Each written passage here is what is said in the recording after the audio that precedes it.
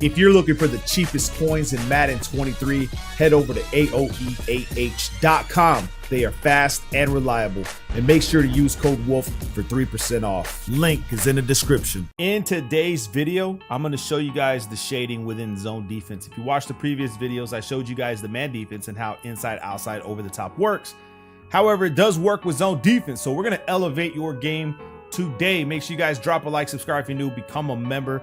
We got full scheme breakdowns for a fraction of the cost of what you're going to find anywhere. And it's just as good, if not better, than the stuff you're going to pay a lot more money for. We got the dollar defense, right? That's the stuff that you want to be using in this game. We have Trey Wide Flex, Wild Trill Week, tight offset, tight end, the 4-6 defense, the Ace Madden mini scheme, all in there for you guys to check out, learn, develop the route combos, the schemes, everything you need to win games and go on high win streaks is in there. Practice it up, fellas, man. All right. Go to acemadden.com, use code WOLF if you want to check out some of his stuff. Let's talk about today's video. Okay, so let's go ahead and just use the Tampa 2 defense against verticals because it's a lot easier to see. So you guys can actually see what's going on. So we'll pick nickel over. We'll go over here to the Tampa 2. We'll leave auto flip on and we'll run a simple verticals route. Now, you have to be careful. If you don't shade, a lot of people get beat with post routes over the left side in a cover 2 because they just don't understand that, hey, I should be shading in this defense too. What the hell am I doing? So if you'll notice, we have a vert hook, a mid read, a vert hook, claw flat. What I'm going to do is just let the play happen so we can see. I want to key on one defensive player just to show you guys what I mean. So as he snaps the ball, I'm just going to right here. He'll probably throw underneath to the boom right here. So underneath to the running back, but that's not what I'm worried about. I'm going to show you guys what we're looking at today. So now remember this coverage, your base coverage, your vertical hook right here. Okay. Your vertical hook right here. He's responsible for the vertical route. Now, where the chess match becomes with him is in a base default setting. The tight end will force prioritization. So the tight end coming across on the drag will force prioritization to this guy on this side. Okay, so he'll bite it, which means that if there's a deep post or post coming from about this far, which sticking up kind of does right here, you're going to get cooked. Let me show you what I mean. If we snap the ball, he'll jump inside, right? Now, like I said, if this guy was a clear out and this guy was a post, then guess what happens? Right over your heads. And then he'll prioritize the tight end. So that's base coverage for cover 2. And then if not, then he's got his drag over here. So we know that. Now with shading, what happens is if you take Y or triangle and put the right stick to the right, now he'll jump his zone outside. So let's go ahead and let the play happen. Watch tight end this way, come back this way. Still hits the running back, but I'll show you guys how to slow that down as well. Very easy to pretty much just lock up anything. It's underneath coverage, but let's look at this now. Let's see how he was doing. Remember, he was jumping inside and then biting the tight end. When we shade outside, now he jumps backwards and then comes down, okay? So now he'll jump backwards instead of coming inside because we did outside shading. Now you can add to that, okay? We can go over the top outside. Now some people say that doesn't work, but from my understanding, over top outside, he drops back a little bit further. Let's see how true that is. How long does it take him to prioritize the tight end? Yes, it's a little bit longer. You get a little bit more space within that right there.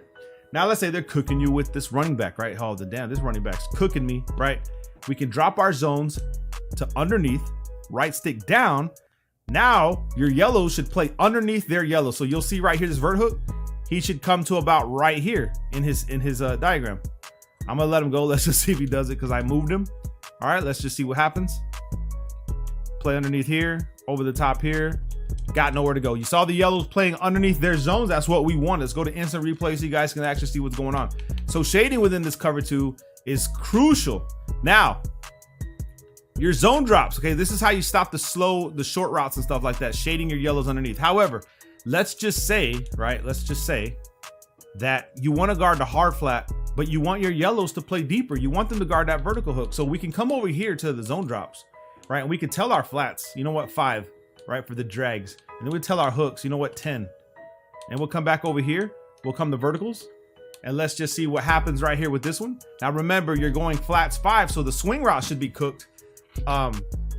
But the tight end's gonna be wide open. I'm gonna let the tight end go. I'm gonna cover him in my zone real quick. Boom, I'm gonna let him go here. Cause they dropped 10 yards. Now right there, you saw the flat. You see where you're gonna get cooked now. That's what happens when you start choosing zone drops and you forget to change them, or you think they don't know what they're doing, because it's very crucial that you understand it. Since this guy dropped 5, he's letting this guy go off to the sidelines. Chess match, son, chess match.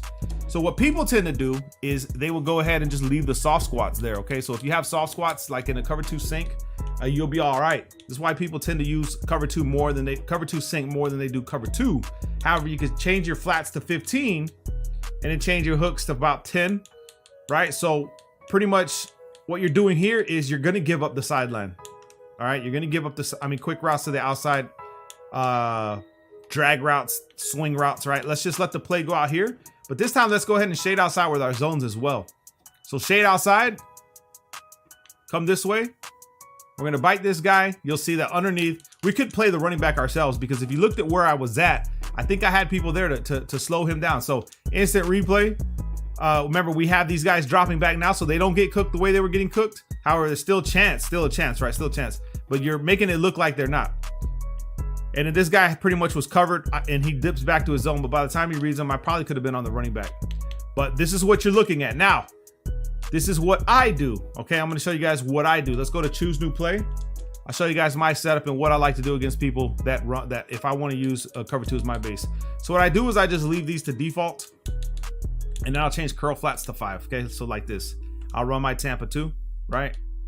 Let's come back to vertical. Now you saw that vertical route getting open. What I do is I'll take X and I'll put him on an outside third like this, okay? Because typically people are going to want to cook that. Then I'll go ahead and put this guy on the curl flat. So what I'm doing necessarily is you can even change this guy. You can put him in a mid read, middle third, or you can man up Y, so that route coming over the middle will not bite you. You know what I mean? You won't get cooked from that. You play the middle right here, watch the tight end, and then you jump the inside receiver. So this is how I would do it. I'll do this right here. Boom, this way, jump this guy. Now swing route obviously is there, but like I said, you can play underneath coverage. You can man him up. You can take that cloud flat and man him up. But levels corner is where it's gonna slow you down a little bit. You can shade underneath, right? Put this guy on a third, man him up to Y like this. You see what I'm saying? Mid read right there in the middle. So now we have the hard flat with the mid read coming in this way. You could take this guy, put him on an inside third, and put this guy on a half like this, okay? And then you can just man up him, and then you'll be the mid read. Now, these are the type of adjustments that I use whenever it is like late game and stuff like that. This will be something I use. All right, I have the deeps covered. You can even press or move this guy down yourself if you have enough time. Little Timmies don't really give you that time. You can move him that way and change him to a quarter. So you can even do that. So you can do outside quarter. Now, why would you want to do that? If it's levels corner, he will play the tight end. I should put it levels corner. He will play the tight end. So the quarter right there is going to help you, okay? And then the shading doesn't matter. You can just shade over the top, and you can let the play right out this way, watching the tight end. Boom, this way, quarter should be there. Nowhere for him to go, okay? So let me show you guys the importance of that quarter on this play, because you saw how that vertical route, it kind of has a crosser route, but it's just not good enough. However, the quarter right here that I set is waiting for either the tight end to make a move or the crosser to come through, and he's gonna sit right there waiting. If you look right here, the routes that are coming his way, he's waiting. So remember, don't forget to make those adjustments in your cover too, because it's crucial. However, remember that your zone, you can shade inside with your zone defense. Let's see what they do inside. They should jump to the inside. They should all jump to the inside. There they go. Boom, the mid read jumped to his inside, and the other guy jumped to his inside. So I'm gonna show you guys here an instant replay, okay? So you guys can see what shading. You can have them, remember that shading within their zones. Think of the circle, look at the circle. They're gonna play inside that circle, on the left side of that circle, underneath that circle, or over the top of that circle. Okay, so you're standing in the middle, you set the shading, they'll play right side, left side, which is left side's outside, right side's inside, underneath is underneath, over the top. You guys get the idea. But over here on instant replay, since I shaded inside, let's see what happened. They definitely jumped to where they were supposed to go. However, you got to remember that these guys prioritize certain routes that coming across the field unless you base align. Okay, so right here, he jumps inside his zone, boom, money, just like that. So he can bait routes. So that's what I wanted to share with you guys. Make sure you use these tips and techniques. If you're running a cover 2, try not to keep it a cover 2 all the time. Make sure you're putting that outside third, because they will cook you. All right, they will cook you with them vertical routes and stuff like that. So don't be that guy. You know what I mean? Drop a like. Love you guys, man. Peace.